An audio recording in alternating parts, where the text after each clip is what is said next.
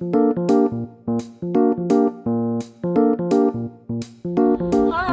I'm Carrie Sturgill, Head of Youth Services at the Radnor Memorial Library, and I'm here at the beautiful Chanticleer Garden today to share with you a virtual Once Upon a Garden story time. Since we can't be here in person to do our summer story time and activities, we're sharing some stories with you at home that you can enjoy.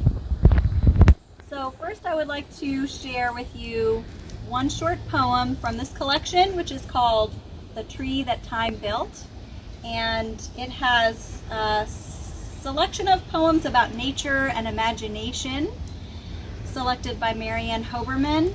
And I thought it is appropriate for this summer in particular because of our summer reading theme, which is called Imagine Your Story, especially since we're imagining our stories here outside in this beautiful natural setting. And excerpt from this book is shared with permission by Sourcebooks. Think like a tree. Soak up the sun. Affirm life's magic. Be graceful in the wind. Stand tall after a storm. Feel refreshed after it rains. Grow strong without notice. Be prepared for each season. Provide shelter to strangers. Hang tough through a cold spell. Emerge renewed at the first signs of spring. Stay deeply rooted while reaching for the sky. Be still long enough to hear your own leaves rustling. And that is by Karen I. Shragg. Hope you enjoyed that little poem. And now I'm going to share a story with you called The Forever Garden by Laurel Snyder. And this is a sweet story about two neighbors working together to plant a garden. And it's shared with permission by Penguin Random House Publishers.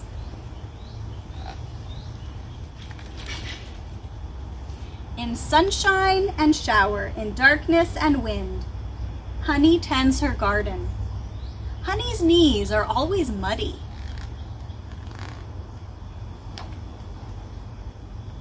Sometimes when it's cold outside, she tucks her garden in. When the lettuces are small and new, Honey thins them. Her scissors say schnick, and the peas climb up. Honey pulls her beets from the ground with a shout that scares the chickens. Ha!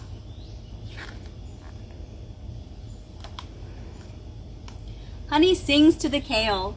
She says it sings back, but I can't hear it. Not even when I listen close.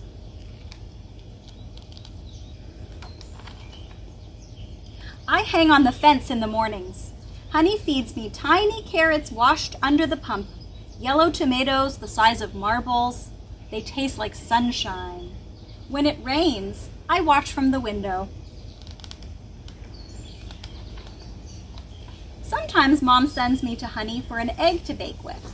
Honey's eggs are pink and green, smooth and speckled. The chickens get mad, they scatter. Cluck! Presto, says Honey as she slips an egg into my hand. The egg is warm.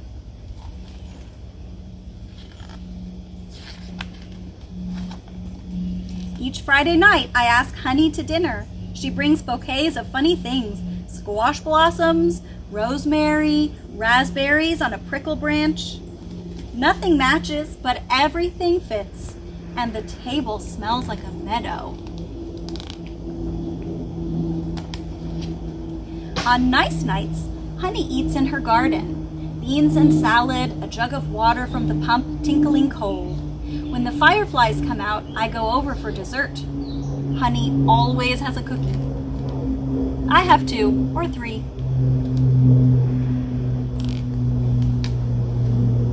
But one day, there's a sign in Honey's yard.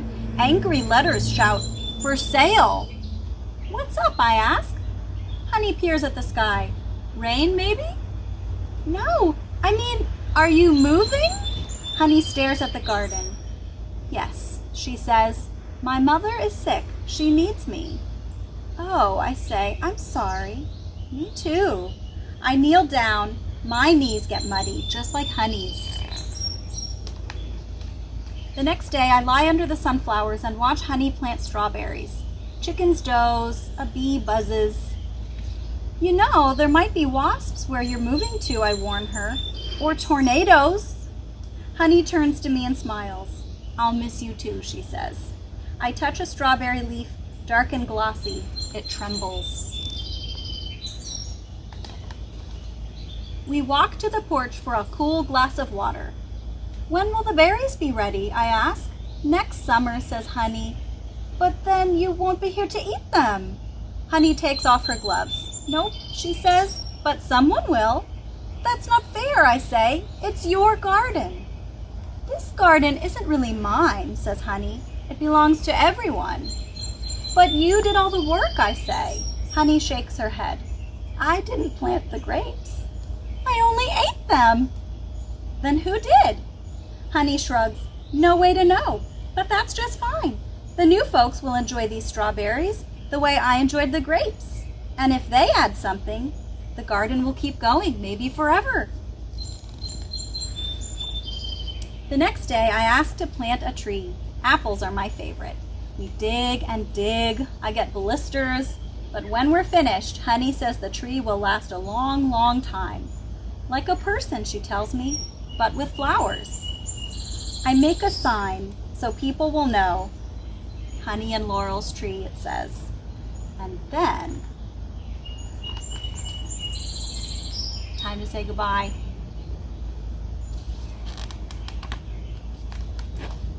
After that, Mom has to remember to buy eggs at the store. They aren't speckled at all, and nobody eats in the garden.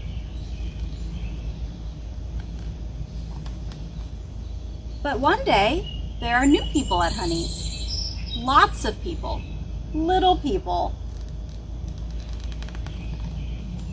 They don't seem to know anything about gardens, so I help.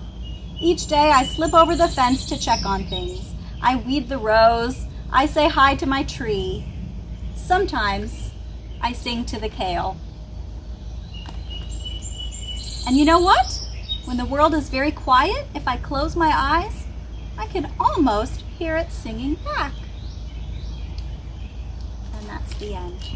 One thing to share from the author's note, she provides a little background about the story, and I like something that she says. She says, I love the idea that people are gardens too, and that they bear the fruit tended by many generations of gardeners.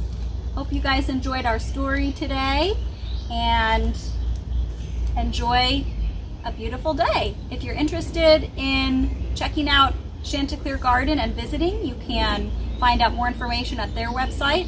And also, don't forget to sign up for Imagine Your Story Summer Reading Club if you haven't already. More information about that is at the library's website, radnorlibrary.org/summer.